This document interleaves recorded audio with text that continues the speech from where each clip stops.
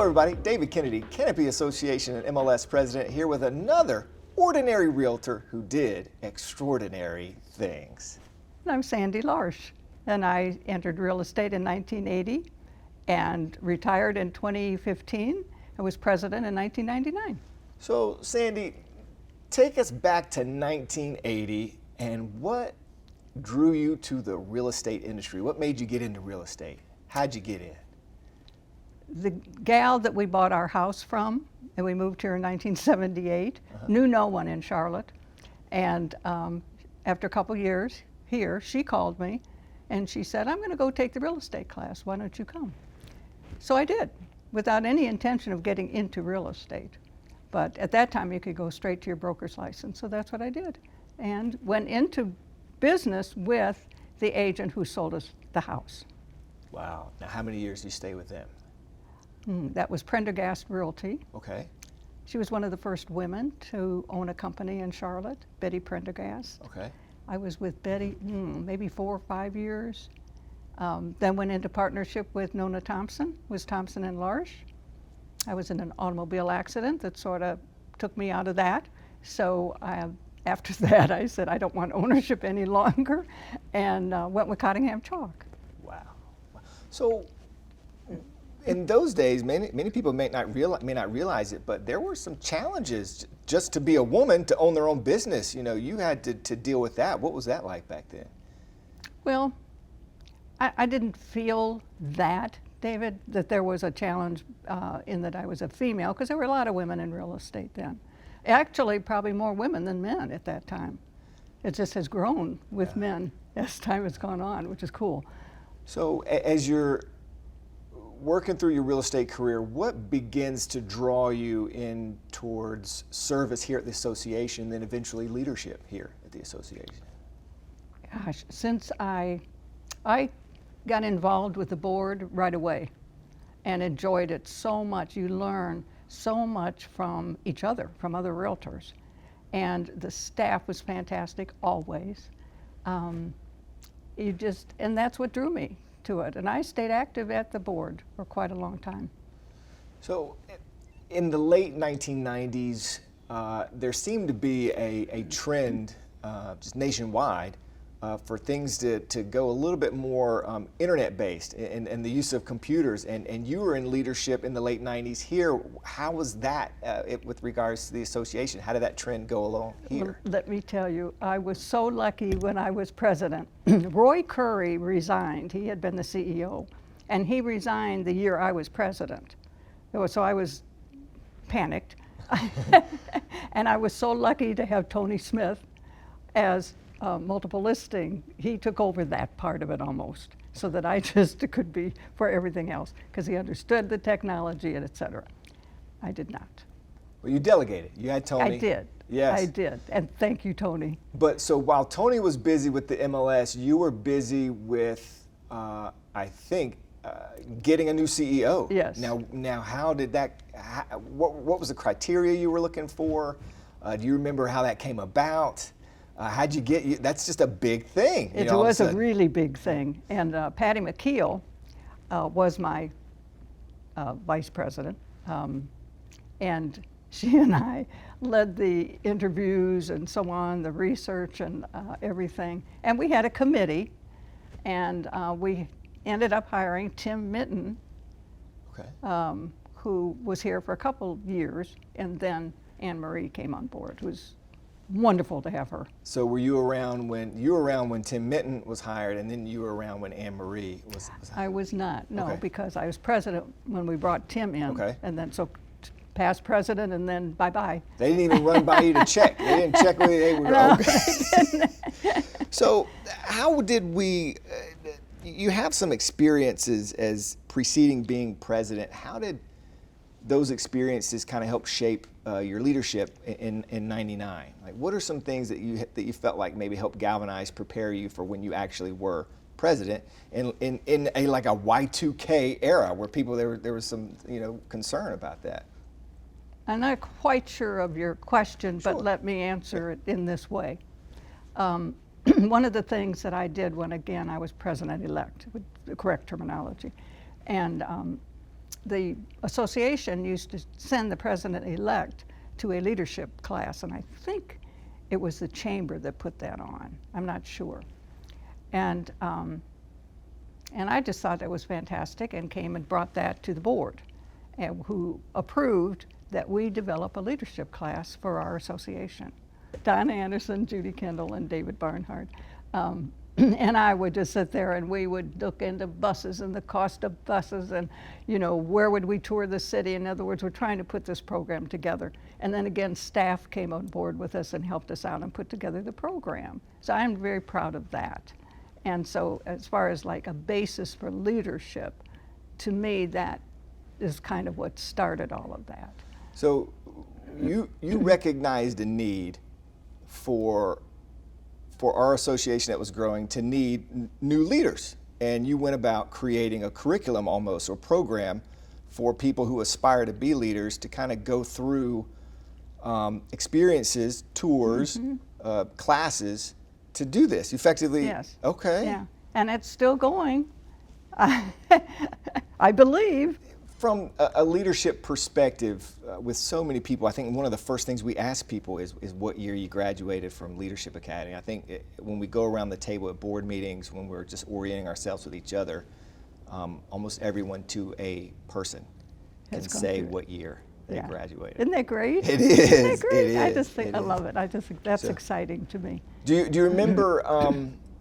I try to look and see, you know, what came first, our leadership or the state's leadership? Do you remember whether the state was doing anything at the time, or do you think the state kind of recognized what we were doing and did their thing? I can't answer that. I don't remember. It might be hard.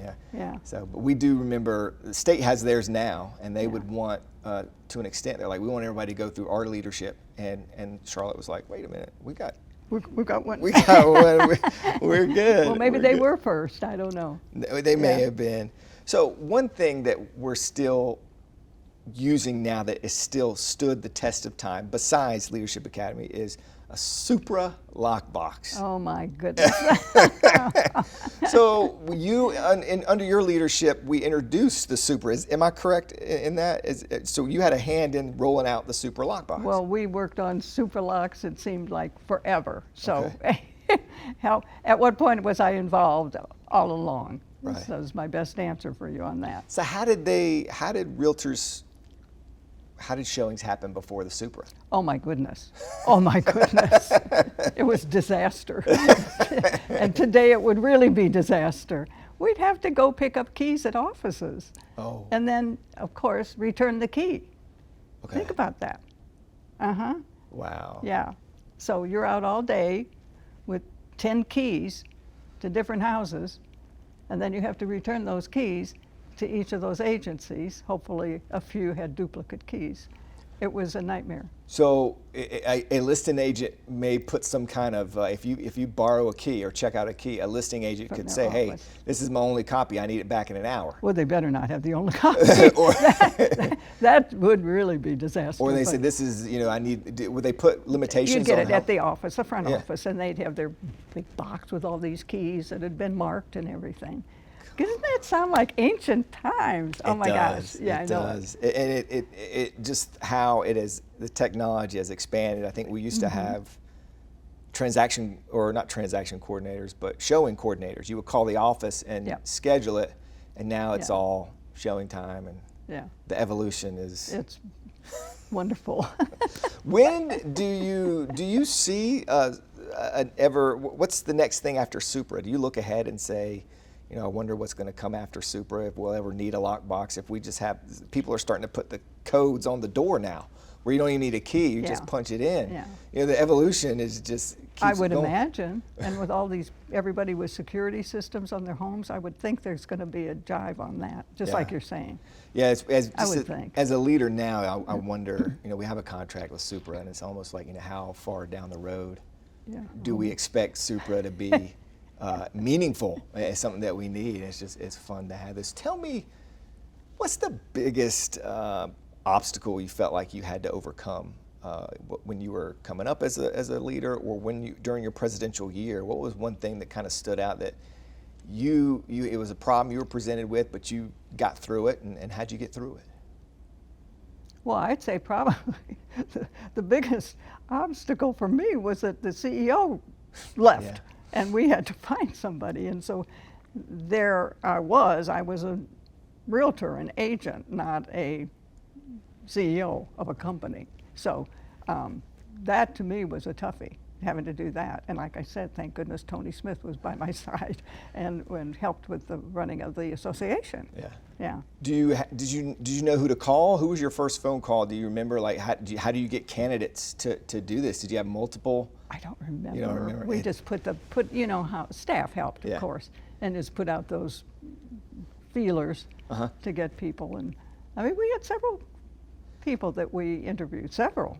So One man from Florida. And, Oh wow! All Yeah. the way down there. Yeah. So did you have to get final board approval? Oh yes. Okay. Oh yes. Do you remember For the that? committee and the final. So you get a committee Oh, let recommendation, me tell you. and then go to the board. Yeah. All right. So I guess if we've got your challenge, which you overcame because Tim Minton was fantastic. Yeah. What's one of your favorite memories from serving?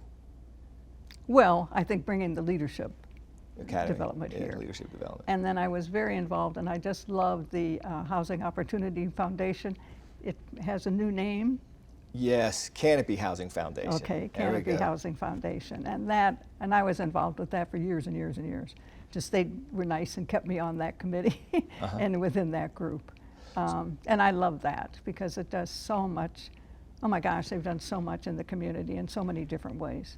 So now one of the big things we do is Realtors Care Day. Prior to that, we did the home giveaway. Yes. What was that like? Do you know that at one time, oh my gosh, it's going back, before I was president, the association actually built a home on Moorhead. There must have been an empty lot someplace, a giveaway home on Moorhead. And then obviously it could be moved. And so somebody won this home that the realtors built. So they actually. Can you imagine doing that? No. today? Sometimes when I run. See all the things you miss. Yeah, being when so I run young. Realtors Care Day, I'm mean- like, okay, they can paint and they can plant some shrubs and maybe and maybe do a little bit. I would Build a not put house. that much. Yeah. Wow. Yeah. And so and it was on. So they keep it on Moorhead, or they Moorhead. move it? No, they moved it Okay. from Moorhead All right. to wherever. I couldn't tell you where. That is incredible. What was the big? Ask Catherine Okay. and Mickey. Okay. They may have much more info on that, memory of it than me. What did you guys do before the home giveaway? What was the big push? Was it fundraisers? Was there an event? Was it just like partnerships with Habitat? You're making me think on what we did through the foundation. Yeah. You mean? Yeah. I don't know. I have to. I hadn't thought about So that. much, but the big thing was the home giveaway. And then it's almost seemed like as you did the home giveaway, you wanted to expand the people that you impact, and then we kind of move into Realtors Care Day, and it kind of is a testament. So once you were president, you kept going. You didn't kind of Yeah. just stop and fade away. What are some of the things that you took on after you were president? Well, mainly it was with the charitable foundation, whatever they needed. At one point, I was chair of that, and I just enjoyed that and doing whatever we could. And you're raising money, and you're thinking that we were with Habitat Yeah. and worked with Habitat. And then I loved it when they came up with the idea of doing the Realtor Care Day. I mean, perfect. So when we first started the conversation, we left off at your career with Cottingham Chalk. And how long have you been, or were you with Cottingham Chalk? From I guess maybe 85, excuse me, until I retired. So it's not official.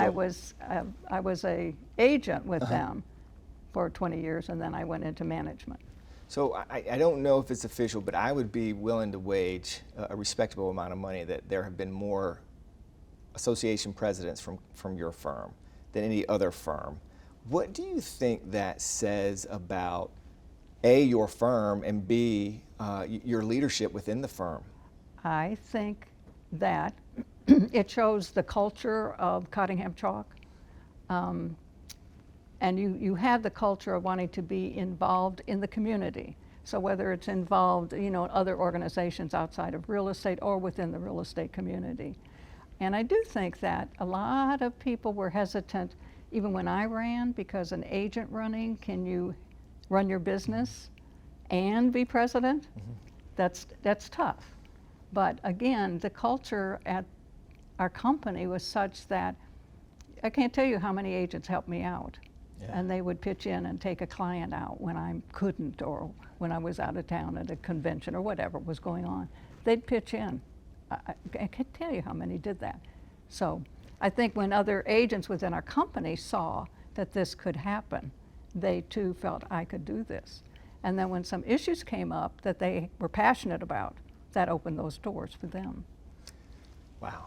So your career is spanned from 80 to 2015, and you're still here today gracing us with your presence and knowledge. What does it mean? What does it being a realtor mean to you? It can be from the 80s and 90s. What did it mean to you then versus what it means now? Is it something that's kind of ever evolving? Just describe what it means in your words, what it means to be a realtor. To be a realtor. Yes. Or what it takes to be a realtor. We'll do that, yeah. Can we do that? Yes, ma'am. Okay. Because they run along those same lines.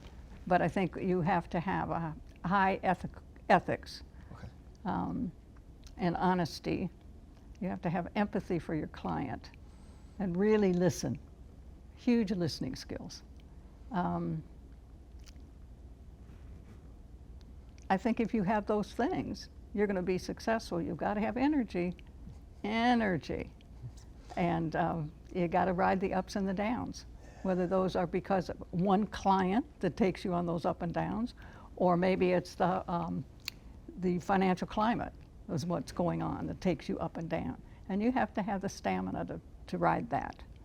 But I think if you take those things and you put them together, you're going to have a wonderful realtor. So what advice would you give today's realtor?